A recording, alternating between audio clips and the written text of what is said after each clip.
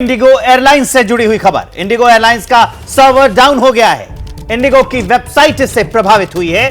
Booking system पर भी इसका असर पड़ा है।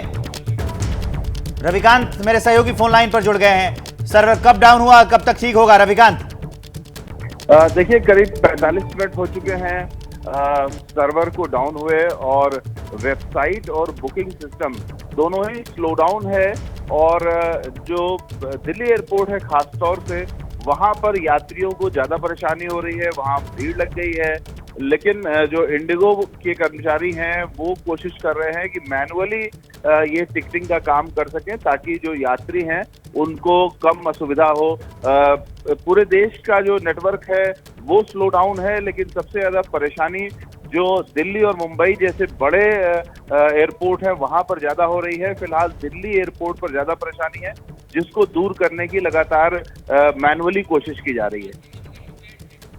ठीक है, शुक्रिया रविकांत आपका पूरी जानकारी के लिए। इंडिगो एयरलाइंस में सिस्टम आउटेज की समस्या, बुकिंग और चेक इन में लोगों को दिक्कतें आ रही हैं।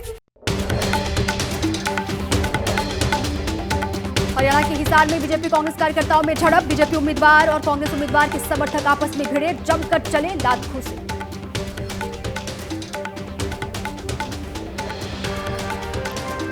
हरियाणा के नूंह में वोटिंग के दौरान भिड़े दो प्रत्याशी के समर्थक। कांग्रेस उम्मीदवार मोहम्मद इलियास और निर्दलीय उम्मीदवार रईस खान के समर्थकों में झड़प की खबर, एक दूसरे पर पत्थरबाजी की। हरियाणा में जारी वोटिंग के बीच महम से कांग्रेस प्रत्याशी बलराम डांगी के गांव में हुई हाथापाई। विधायक बलराज कुंडू के फाड़े गए कपड़े।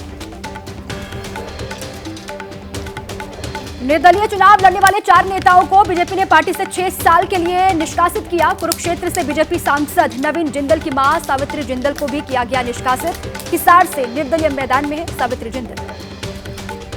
हरियाणा में विधानसभा की 90 सीट पर मतदान जारी। दोपहर 1 बजे से 1 बजे तक 36.69% मतदान हुआ है। सबसे ज्यादा मेवात में 42% मतदान और सबसे कम पंचकुला में 25% वोटिंग हुई है। वोटिंग में बढ़ चढ़कर हिस्सा ले रही हैं महिलाएं। भिवानी में एबीपी न्यूज पर खुलकर बोली महिलाएं। सुरक्षा को बताया बड़ा मुद्दा, पानी की समस्या से भी परेशान है महिलाएं। हरियाणा विधानसभा की 90 सीट पर मतदान जारी है। कुरुक्षेत्र में सीएम नायब सिंह सैनी ने अपने गांव मिर्जापुर के पोलिंग बूथ पर वोट डाला। कहा, हरियाणा में खिलेगा एक बार फिर से कमल का फूल। केंद्रीय मंत्री मनोहर लाल खट्टर ने करनाल में वोट डाला। नए रिकॉर्ड के साथ हरियाणा की सत्ता में वापसी का दावा भी किया।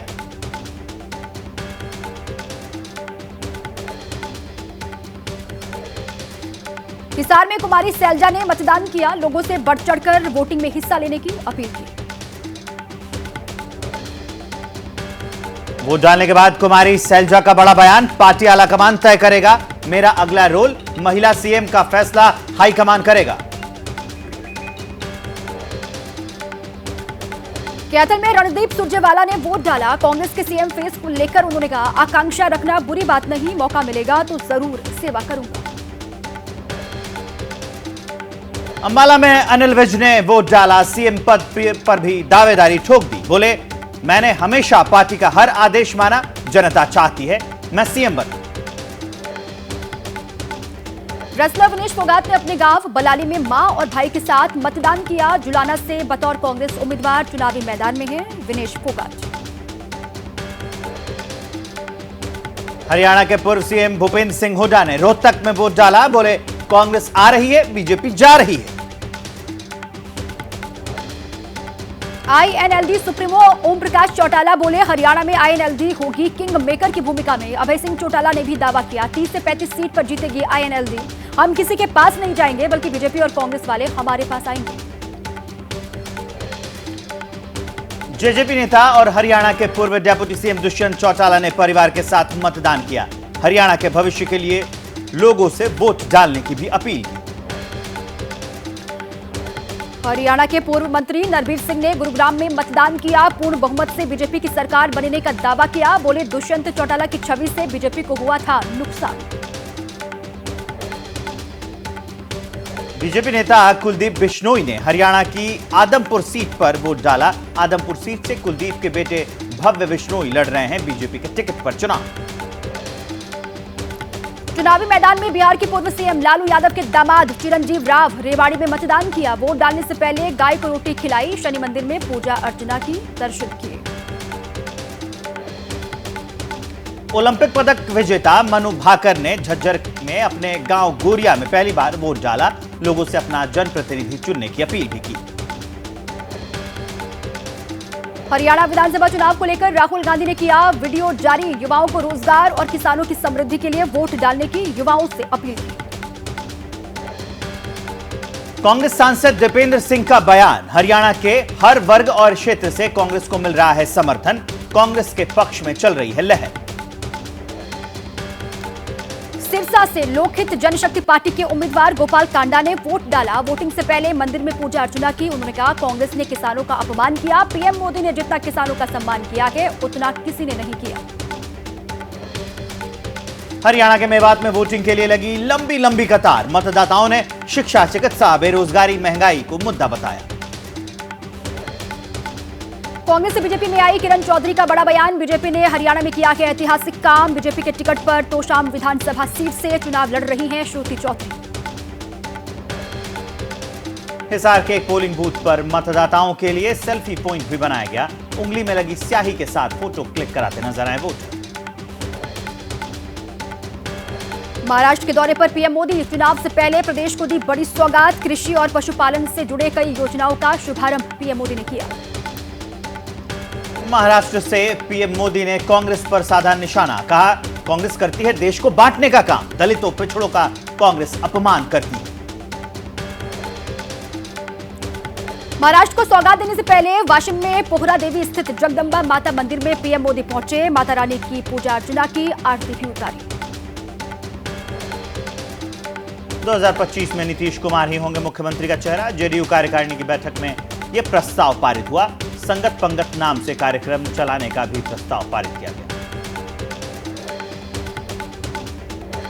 पटना में जेडीयू ऑफिस के बाहर लगाए गए पोस्टर। सीएम नीतीश कुमार को भारत रत्न देने की मांग उठाई गई।